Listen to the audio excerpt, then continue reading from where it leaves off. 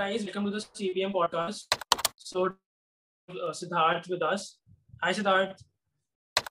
Hi. Before starting the podcast, I want to know that I told them about you, and they were like, "He is so good looking." I was pretty jealous.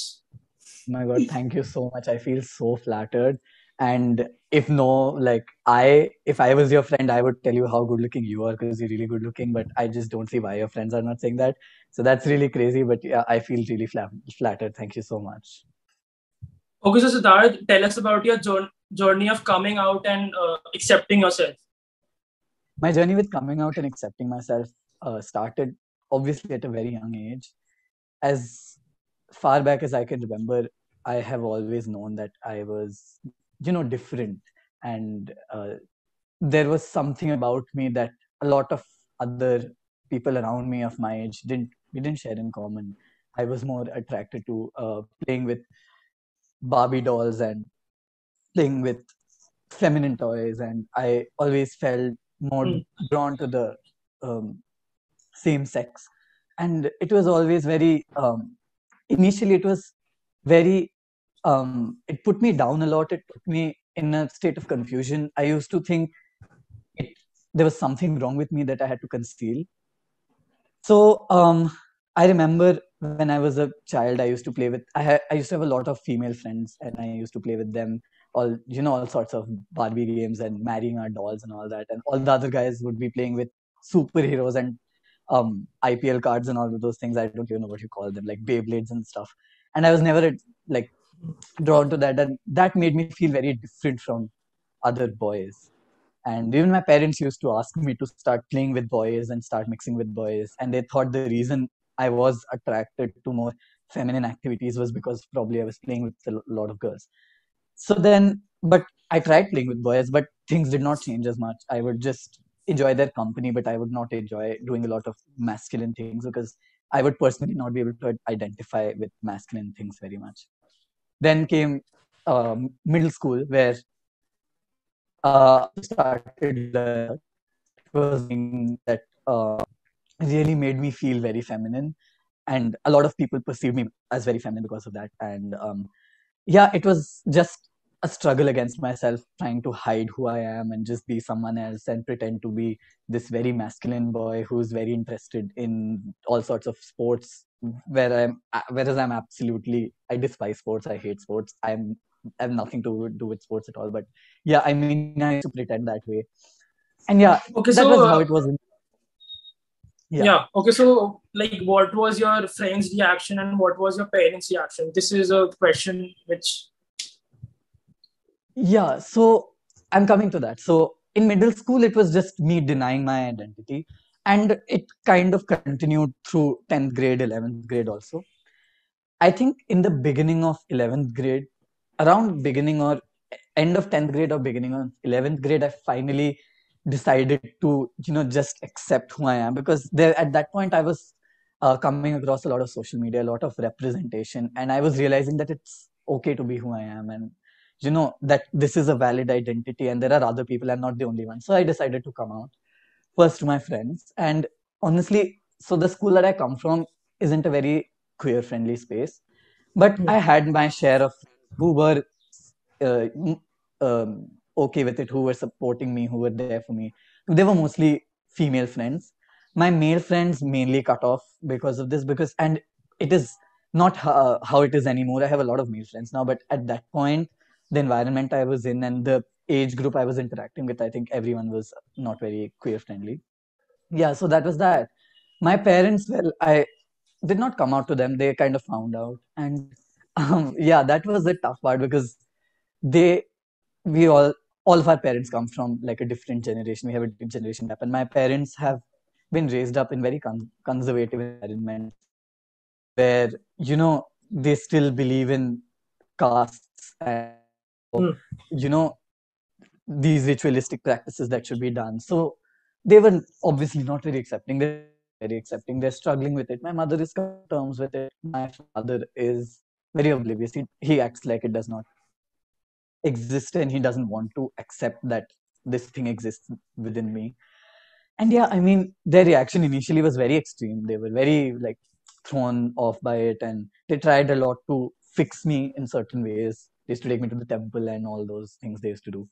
But yeah, I mean, that has stopped now. We don't really talk about it a lot. Sometimes we do. Sometimes I blame it myself because I want to establish the fact that I do not care if you accept me or not. I am who I am, and nothing will change. I will not compromise my identity for anything. I'm very vocal and I'm um, very strong, very how do I say? I'm very this thing about it, very vocal, and I'm very adamant about it that I will not compromise my identity in any way whatsoever. Do you think that social media today is spreading much more awareness in the youth about the LGBTQ community?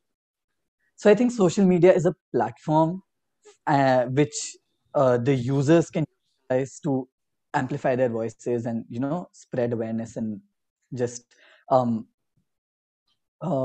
voice their ideas and their ideologies.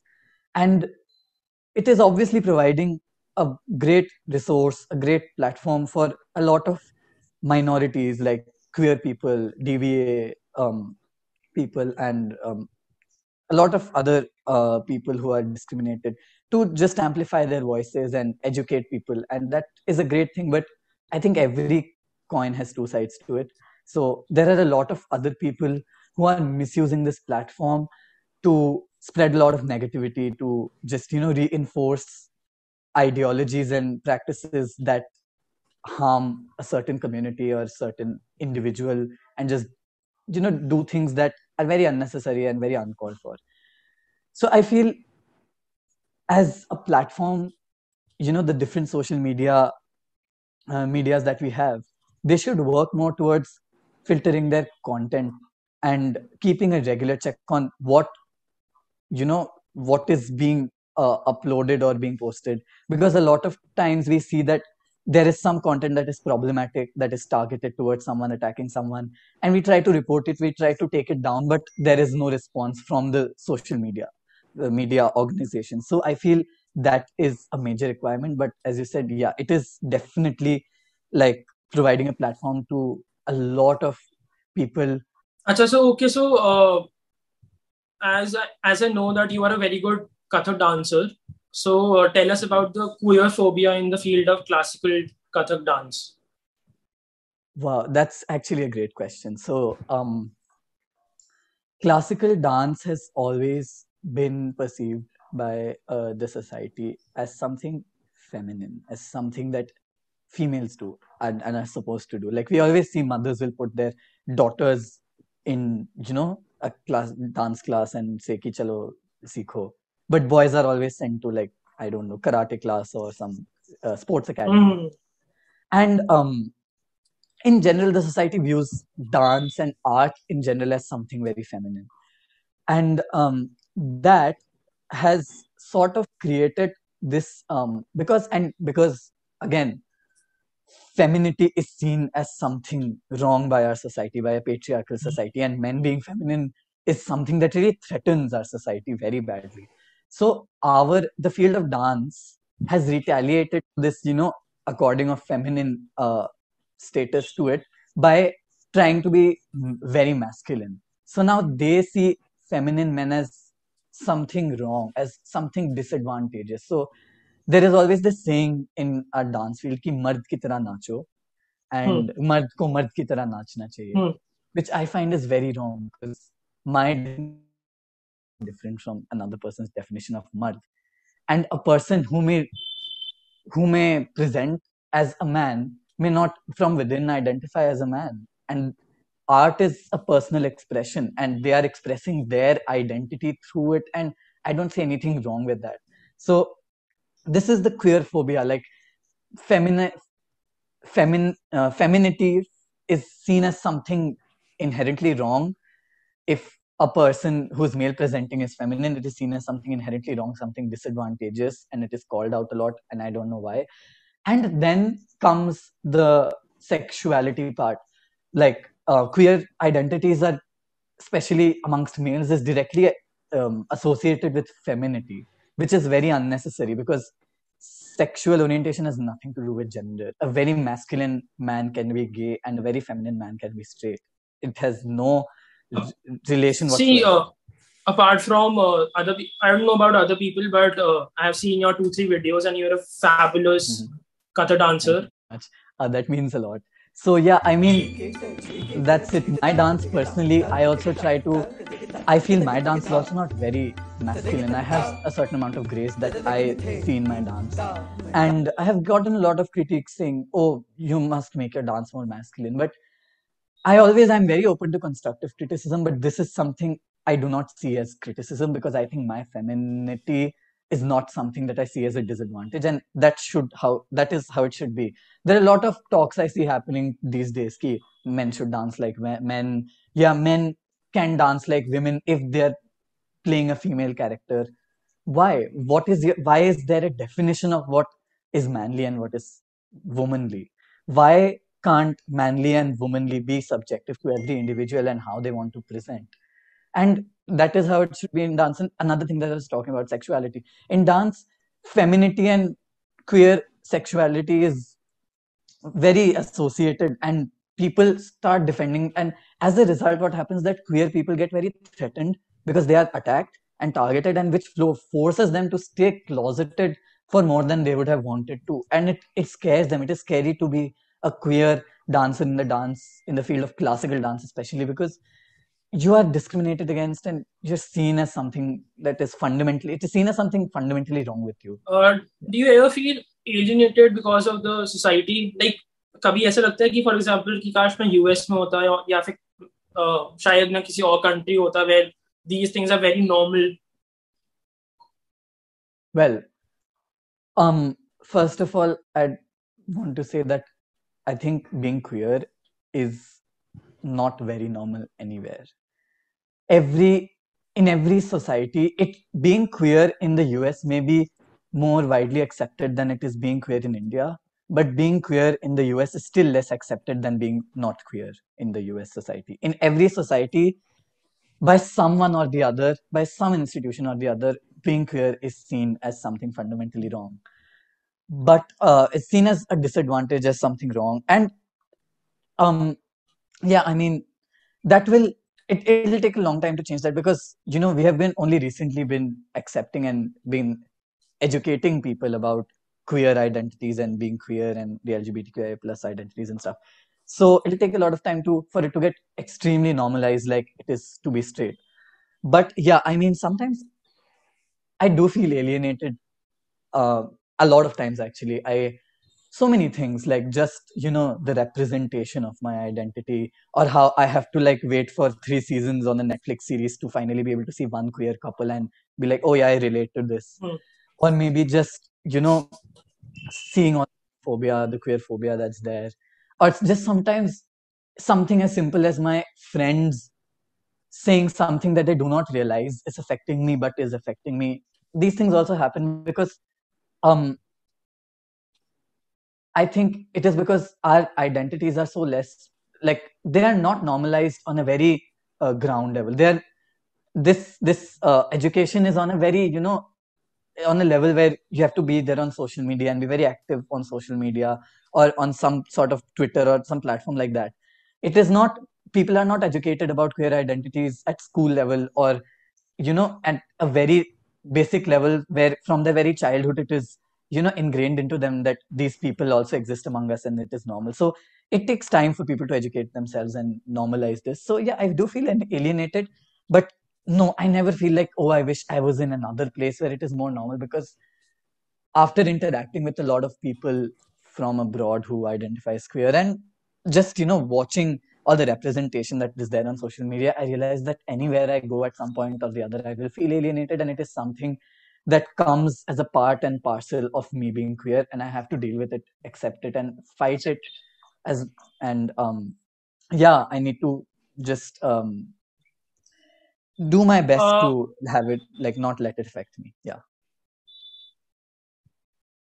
Okay, so Siddharth, are there any people who you get inspired from? There are actually so many people who I get inspired by, and separate inspirations in separate aspects of my life. I think that's true for everybody.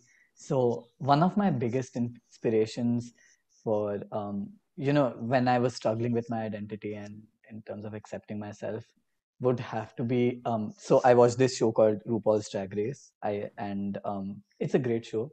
It's like a America's top model for drag queens. There was on season 5 there was this drag queen. Her name is Jinx Monsoon. So I identify as non-binary, and she is also a non like out of drag, out of her drag. She's also he like they're also a non-binary person.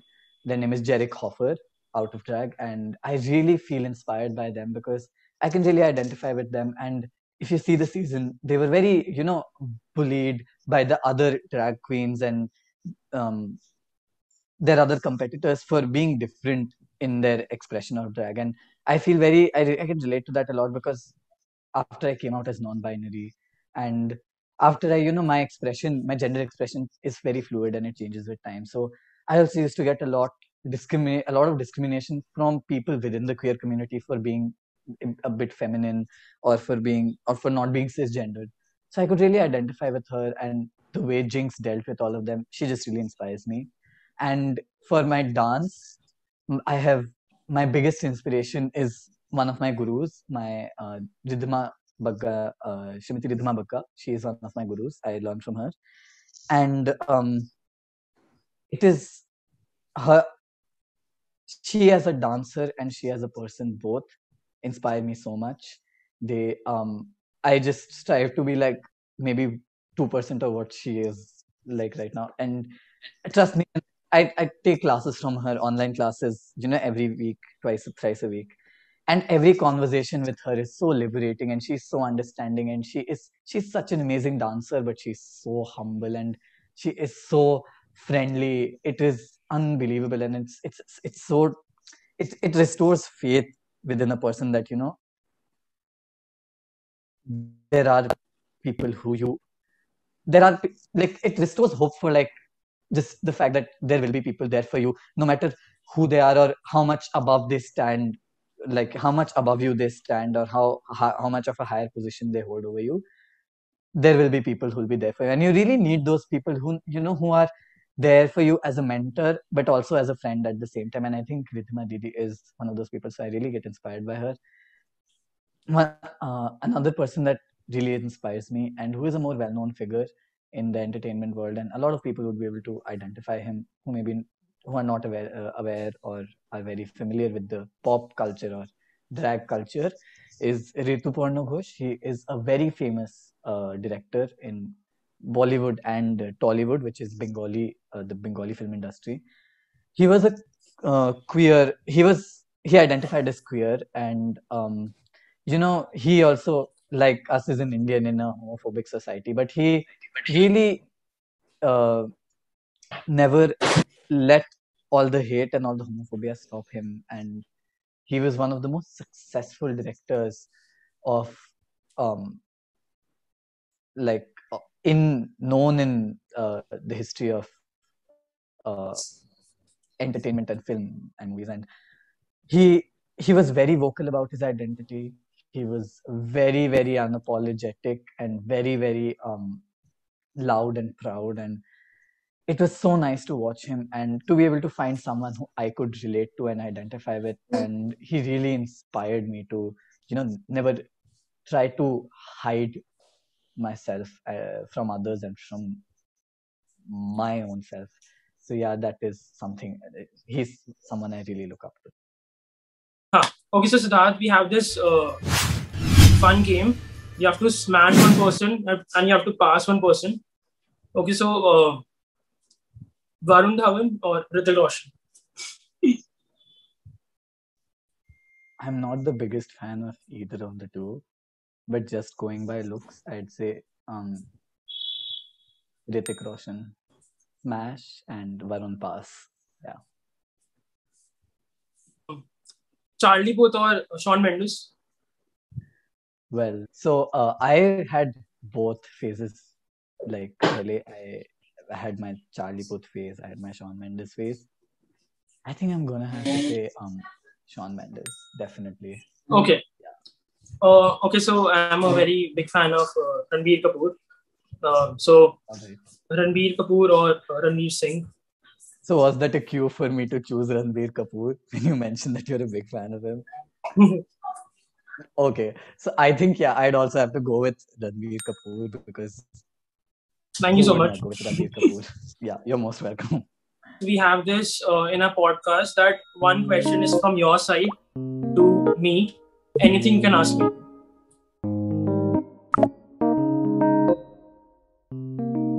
Well, yeah, so this is something I've been really wanting to ask you. I see you're like really passionate about like YouTube and you have been doing podcasts and I saw your channel and it's been growing. How did you like feel inspired to do this and what do you plan to do with it ahead, like in the future? Okay, so first of all, I love Beer Biceps. So I was inspired by him a lot. And actually, I wanted to do this. For my first YouTube video was a vlog. So because of the lockdown, I was like, yeah, कुछ और करने के लिए है नहीं मेरे पास. But this podcast idea was in my mind from a very long time. So I was very passionate to know about other people and the people who I get inspired from. So for the first podcast I did with Harshit Bell, and now it's you.